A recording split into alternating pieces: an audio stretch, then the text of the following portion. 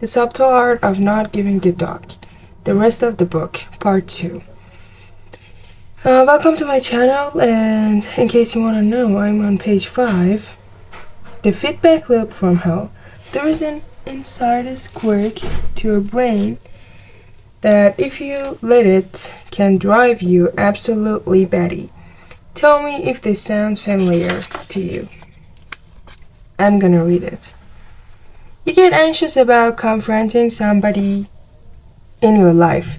That anxiety cripples you, and you start wondering why you're so anxious. Now you're becoming anxious about being anxious. Oh no, doubly anxious. Now you're anxious about your anxiety, which is causing more anxiety. Quick, where's the whiskey? Or let's say you have an anger problem. You get pissed off at the stupidest, most inane stuff, and you have no idea why. And the fact that you get pissed off so easily starts to piss you off even more. And then, in your petty rage, you realize that being angry all the time makes you a shallow and mean person. And you hate this. You hate it so much that you get angry at yourself. Now, look at you. You're angry at yourself getting angry about being angry. Duck you. Well, here, have a fist. Or you're so worried about doing the right thing all the time that you become worried about how much you're worrying. Or you feel guilty for every mistake you make that you begin to feel guilty about how guilty you're feeling. Or you get sad and alone so often that it makes you feel even more sad and alone just thinking about it. Welcome to the feedback loop from hell. Chances are you've engaged in it more than a few minutes. More than a few times. Maybe you're engaging it right now. God, I did a feedback loop all the time. I'm such a loser for doing it. Oh my god, I feel like such a loser for calling myself a loser. I should stop calling myself a loser. Oh doc, I'm doing it again. See? I'm a loser. Arrgh. Calm down, amigo. Believe it or not, this is part of the beauty of being human. Very few animals on earth have the ability to think cogent thoughts to begin with. But we humans have the luxury of being able to have thoughts about our thoughts. So I can think about watching Miley Cyrus videos on YouTube and then immediately think about what a psycho I am for wanting to watch Miley Cyrus videos on YouTube. The miracle of consciousness. Now, here's the problem. Our society today, through the wonders of consumer culture, and hey look, my life is cooler than your social media, has bred a whole generation of people who believe that having these negative experiences, anxiety, fear, guilt, etc. is totally not okay. I mean, if you look at your Facebook feed, everybody there's having a fucking grand old time. Look, 8 people got married this week, and some 16-year-old on TV got a Ferrari for her birthday. And another kid just made $2 billion inventing an app that automatically delivers you more toilet paper when you run out. Meanwhile, you're stuck at home flossing your cat, and you can't help but think your life sucks, even more than you thought. The feedback loop from hell has become a borderline epidemic, making many of us overly stressed, overly neurotic, and overly self-loathing. Back in Grandpa's day, he would feel like shit and think to himself, "Gee whiz, I sure do feel like a cow turd today. But hey, I guess that's just life, back to shoveling hay." But now, if you feel like shit for even 5 minutes, you're bombarded with 350 images of people totally happy and having amazing fucking lives, and it's impossible to not feel like there is something wrong with you. It's this last part that gets us into trouble. You feel bad about feeling bad. You feel guilty for feeling guilty. We get angry about getting angry. We get anxious about feeling anxious.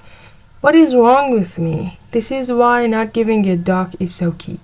This is why it's going to save the world, and it's going to save it by accepting that the world is totally dogged. And that's alright, because it's always been that way, and always will be. By not giving a dog that you feel bad, you short circuit the feedback loop from hell. You say to yourself, I feel like shit, but who gives a dog?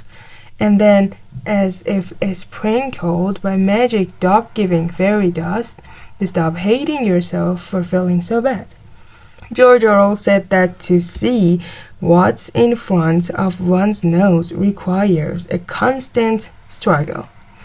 Well, the solution to our stress and anxiety is right there in front of our noses, and we're too busy watching porn and advertisements for app machines that don't work, wondering why we're not banging a hot blondie with a rocking six-pack.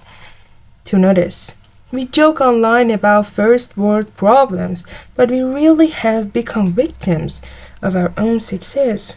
Stress-related health issues, anxiety disorders, and cases of depression have skyrocketed over the past 30 years. Despite the fact that everyone has a flat screen TV and can have their groceries delivered, our crisis is no longer material. It's existential. It's spiritual. We have so much fucking stuff and so many opportunities that we don't even know what to give a dog about anymore. Because there is an infinite amount of things we can now see or know. There are also an infinite number of ways we can discover that we don't measure up, that we're not good enough, that things aren't great as they could be, and this rips us apart inside. Because here's the thing that's wrong with all of the how to be happy shit that's been shared 8 million times on Facebook in the past few years. Here's what nobody realizes about all of this crap. The desire for more positive experience is itself a negative experience. And paradoxically, the acceptance of one's negative experience is itself a positive experience. Honestly, if you need to read that again, let me read the rest of the book. This is a total mind duck, so I'll give you a minute to unpretzel your brain and maybe read that again. Wanting positive experience is a negative experience. Accepting negative experience is a positive experience. It's what the philosopher Alan Watts used to refer to as the backwards law. The idea that the more you pressure feeling better all the time, the less satisfied you become. As presuming something only reinforces the fact that you lack in the first place. The more you desperately want to be rich, the more poor and unworthy you feel, regardless of how much money you actually make. The more you desperately want to be sexy and desired, the uglier you come to see yourself. Regardless of your actual physical appearance, the more you desperately want to be happy and loved, the lonelier and more afraid you become, regardless of those who surround you. The more you want to be spiritually enlightened, the more self-centered and shallow you become in trying to get there. It's like this one time I tripped on acid, and it felt like the more I walked toward the house, the farther away the house got from me. And yes, I just used my LSD hallucinations to make a philosophical point about happiness. No dogs given. As the existential philosopher Albert Camus said, and I'm pretty sure he wasn't on LSD at the time, you will never be happy if you continue to search for what happiness consists of. You will never live if you're looking for the meaning of life. Or, put more simply, don't try. Now I know what you're saying. Mark, this is making my nipples all hard, but what about the camera I've been saving up for? What about the beach buddy I've been starving myself for? After all, I paid a lot of money for that app machine. What about the big house on the lake I've been dreaming of? If I stop giving a talk about those things, well, then I'll never achieve anything. I don't want that to happen, do I? So glad you asked. Ever notice that sometimes when you care less about something, you do better at it? Notice how it's often the person who is the last invested in the success of something that actually ends up achieving it. Notice how sometimes when you stop giving a dog, everything seems to fall into place. What's with that? What's interesting about the backwards law in that it's called backwards? For a reason, not giving a dog works in reverse.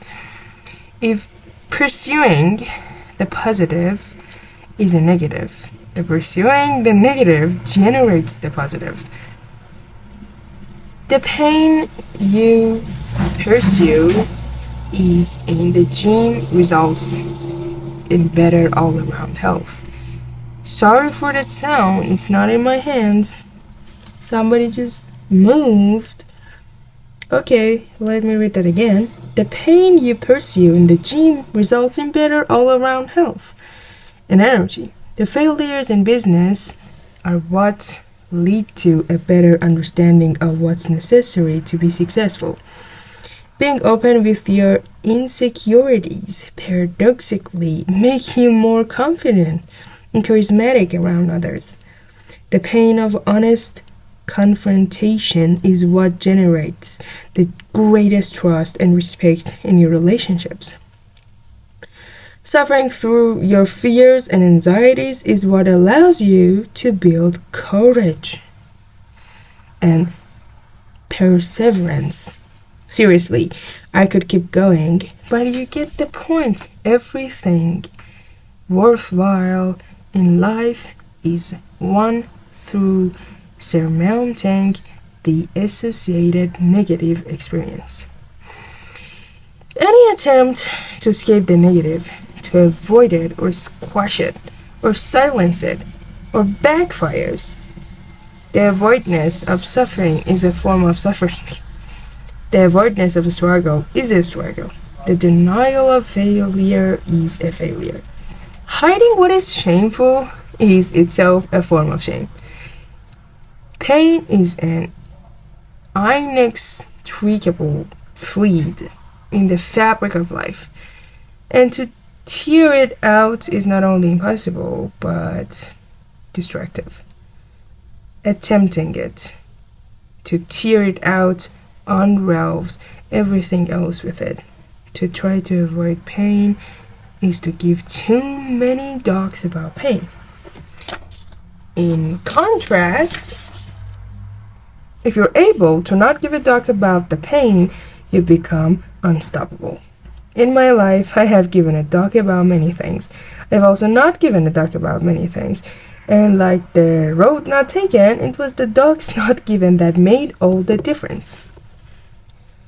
Chances are you know somebody in your life who at one time or another did not give a talk and then went on to accomplish amazing feats.